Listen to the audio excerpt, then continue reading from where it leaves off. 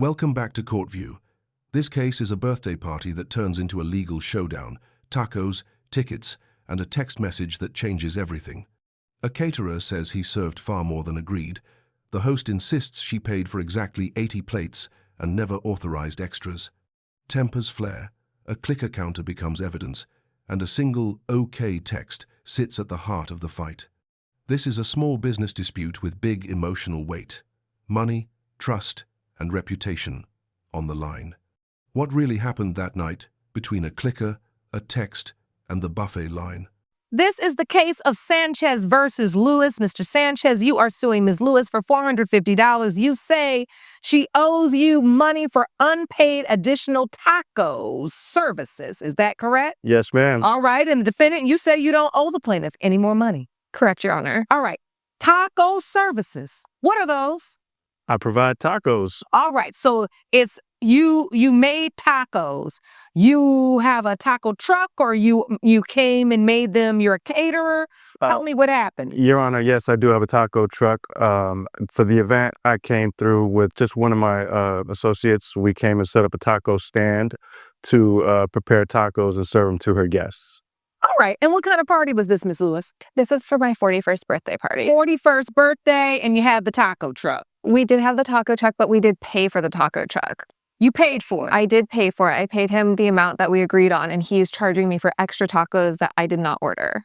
All right. So how many tacos did you make the agreement for? We paid for 80 plates for 80 guests, which included 3 tacos per guest with rice and beans. All right. And he is charging an additional $450 on top of the $1,000. What was the amount of the 80 plates for 80 guests? It was $12.50. Did anyone bring the contract? We didn't have a contract. No, Your Honor, we had a verbal agreement. Just a verbal agreement? Yes, Your Honor. This is what we do. And you agree to that? You agree that for 80 guests, 80 plates, it would be $12.50 a guest? Yes, Your Honor. We agreed at $1,000 for the 80 guests. All right. So $1,000. Mm-hmm. So take me to the day of the party. You had the party, and what happened? He says you owe him for more tacos. You had more than 80 guests? I may have had more than 80 guests. I gave all of my 80 guests a ticket. So they were supposed to give him a ticket that were all counted for. He wasn't supposed to have to do any counting. The only 2 guests that I was made aware of that didn't get their tacos were my aunt and my cousin, who came to me saying they had lost their tickets. They had tried to order the tacos and he wouldn't serve them. So I went over with them and asked him to serve those 2 guests because they were my family. And it should have just come out of the 80 total. I wasn't expecting any additional tacos ordered past that. And so at the party, you didn't have anyone there counting how many people were present.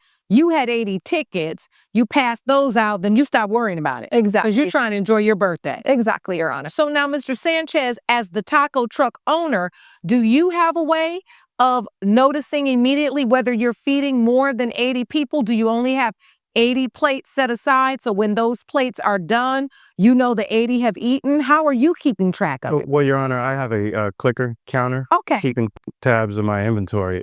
Also, when the defendant came to me and asked me to cater her event, we had spoke about the number of guests and how much food they would receive, and we agreed on the $1,000 amount.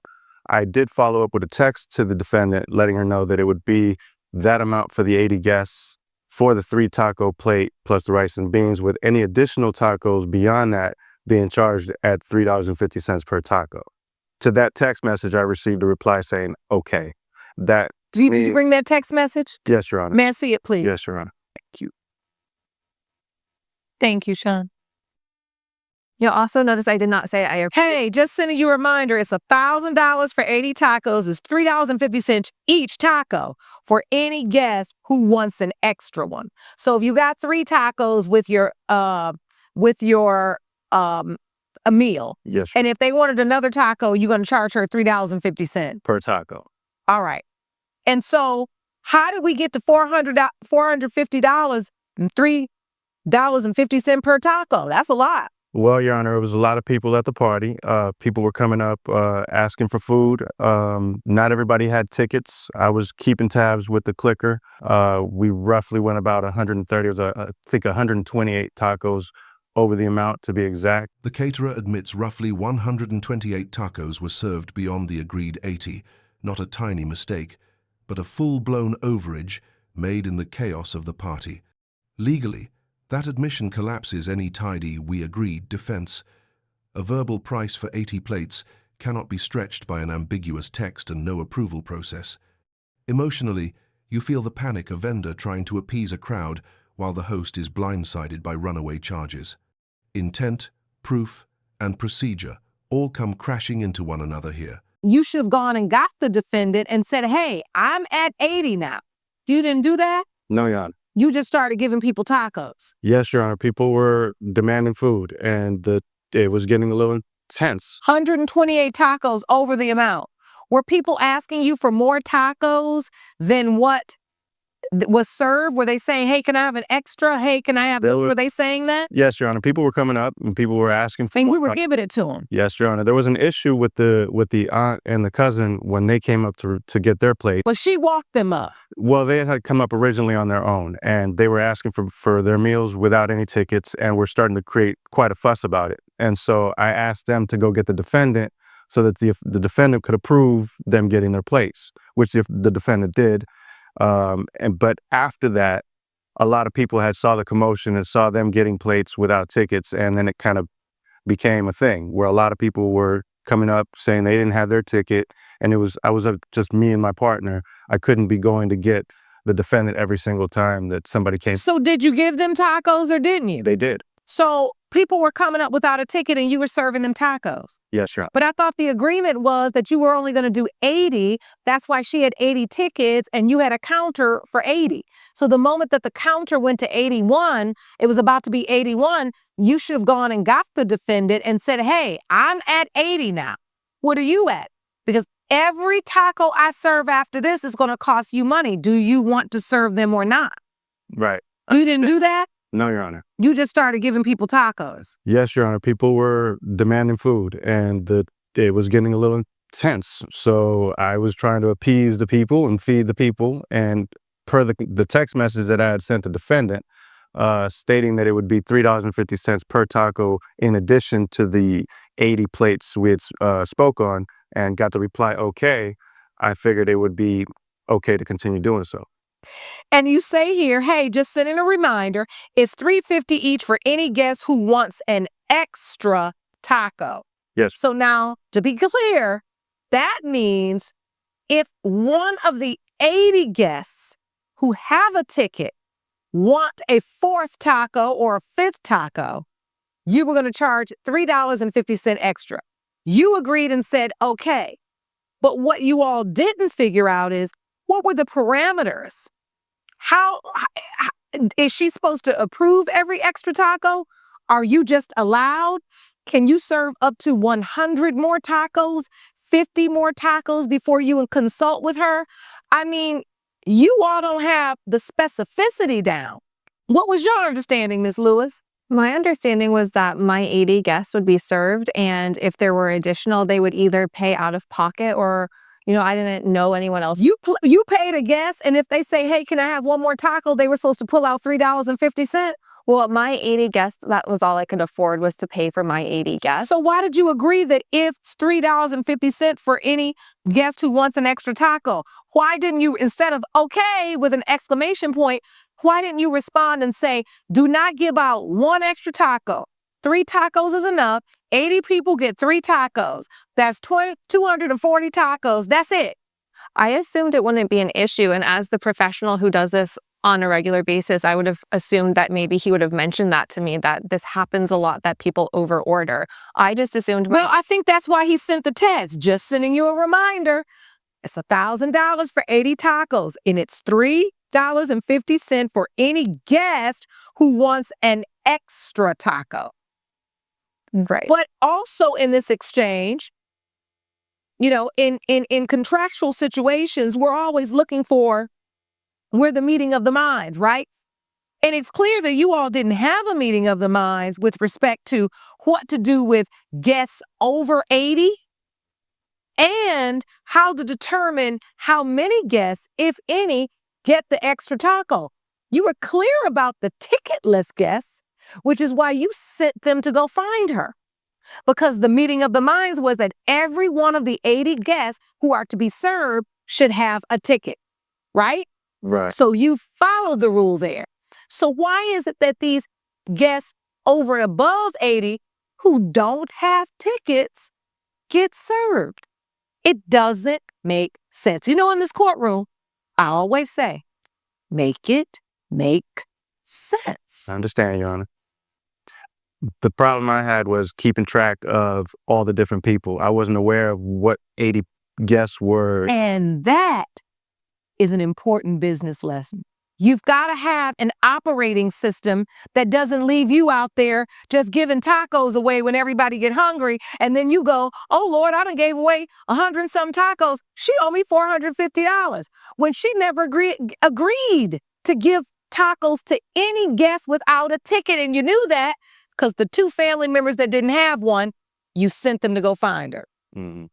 You need a system in place where when you go above and beyond what is contracted for, you can protect yourself. In this instance, you did not. So I have to dismiss your case. Judgment for the defendant. Court is adjourned. The judge ruled there was no clear meeting of the minds and faulted the vendor for lacking a system to control extras. Law prefers clarity and reasonable procedure. The takeaway is practical and painful, written terms, a clear approval method for overages, and simple operational controls protect both vendors and hosts. You feel for the overwhelmed caterer scrambling to feed an angry line and for the host who budgeted for 80 plates and got sticker shock. Which side do you empathize with more? Would you have set up a different control system at the event? A routine favor between cousins explodes into a collision of trust, insurance, and blame. One man moves a car to save it from a looming storm. The next morning, the owner finds a hit and run and demands compensation. Is the mover a thoughtful protector or the cause of an avoidable loss? Tonight, it's family versus obligation, and the law must decide who really pays. This is the case of Brock versus Brock. Mr. Brock, you are suing Mr. Brock for $1,328. You say your cousin is responsible for your car being damaged. Is that correct? Yes, Your Honor. The other Mr. Brock, you say you don't owe him anything and that the plaintiff has insurance. Is that correct? That's correct. So what happened to the car, Mr. Brock? I was going out of town on a vacation with my friends, and so I asked him to watch my house for a couple days. Make sure my dog was taken care of, make sure that nothing went awry in my house, no fires, anything like that. Sounds like what family does for family. Mr. Brock, what happened? The night of the incident, it was pouring rain. The winds were about 75 miles per hour. I looked it up on the news. Like, the winds were going crazy. It was branches and leaves flying all over the place. It was like an inch of rain on the ground. And it looked like the tree, because his car was parked in the driveway, it looked like the tree that was right next to his car was about to fall on it. So I would have put it in the garage, but it was all kind of junk in there, and I couldn't get it in there. And I'm not a moving service, so I wasn't about to sit up over here and move all that stuff out of the garage. So what did you do? I parked it on the street next to his mailbox. All right. And so what happens, Mr. Brock? Yeah, so I get a text the morning after the incident happened, and he tells me that someone rear-ended my car the night before while it was parked on the street. So after I talked to him, I got pretty upset because he told me that a big storm had come through with heavy winds, and he was afraid that a tree was going to fall over and hit my car. My question is, why didn't you just move it to the garage where it'd be safe? Well, he said you had a lot of stuff in there, did you? It was some stuff in there, but it wasn't enough to really not. I park my car in there all the time. So clearly it wasn't enough so that he wouldn't be able to just move a couple things out of the way. Enough because obviously it wasn't parked in the garage. It was in the driveway because it was stuff in the way. No, it was actually because I was in a rush to get on my trip, and so I left it outside that day. I called him and I asked him to pay it because I felt like he was if I could know he's responsible because this wouldn't have happened had he not moved it, and he wouldn't have any of it. You leave town with the instruction, please put my car in the garage if the weather gets bad or anything happens. Did you leave that instruction? I did not, but at the same time, I thought he would have the common sense to do that in the event that something like that happened.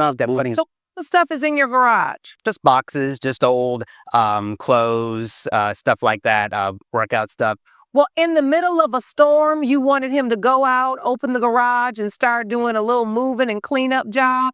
I mean, I get that, but at the same time, I mean, he also could just left it where it was. I've had that tree there for many years. It's never given me a problem. And so you would have preferred to take the chance that the tree fall on your car and crush your car versus somebody rear end you or hit you. Did they sideswipe you or rear end you? So they rear ended me, and I actually have the photo right here. I'd like to see that. And here's the So thing. you would prefer that? No, here's the thing is that my insurance would cover a tree falling over in the rain because it's a natural disaster situation, as opposed to a hit and run, which is what it was. We had no idea who to go after. It was just, it was a hit and run. I had no cameras on my street. No one saw it. No one was able to see what could have possibly happened. So you had to pay your deductible. Well, that's the thing, Your Honor. I refused to pay my deductible. I refused to pay it to my insurance because I am not the reason this happened. He made the decision to put my car out there. So the bumper still looks like that. Yes, it You does. never fixed it. No. So the $1,328 that you're suing for, you got the estimate and you want him to pay it. Yeah, so I got the estimate on a new bumper. I called him and I asked him to pay it because I felt like he was, in fact, I know he's responsible because this wouldn't have happened had he not moved it. And he wouldn't have any of it. I was waiting to hear facts that may suggest that there was something else you could have done, right? Say the garage was free and you chose to put it on the street instead of just pull it on into the garage. But once he admits that there are boxes and things all over the garage, so much so he didn't even pull his own car in there before he left, that tells me a reasonable person probably wouldn't have chosen the garage at the point a storm was raging. Now, but for you moving it there, right? If the car wasn't on the street, then no one could sideswipe it. However, your actions really aren't the proximate cause, right? There is a causal link, but it's not the proximate cause. Truly, the person, the driver that did the hit and run, is the person responsible for your damages, not your cousin. Judgment for the defendant. Plaintiff's case is dismissed. Court is adjourned. The judge finds the hit-and-run driver, not the cousin, was the proximate cause. A well-intentioned choice doesn't equal legal responsibility. This one stings because it's about family and consequence, good intentions, messy outcomes. What would you have done in that storm? Would you have risked a tree or a stranger's bumper? If this hit you, like and subscribe to Courtview for more cases like this.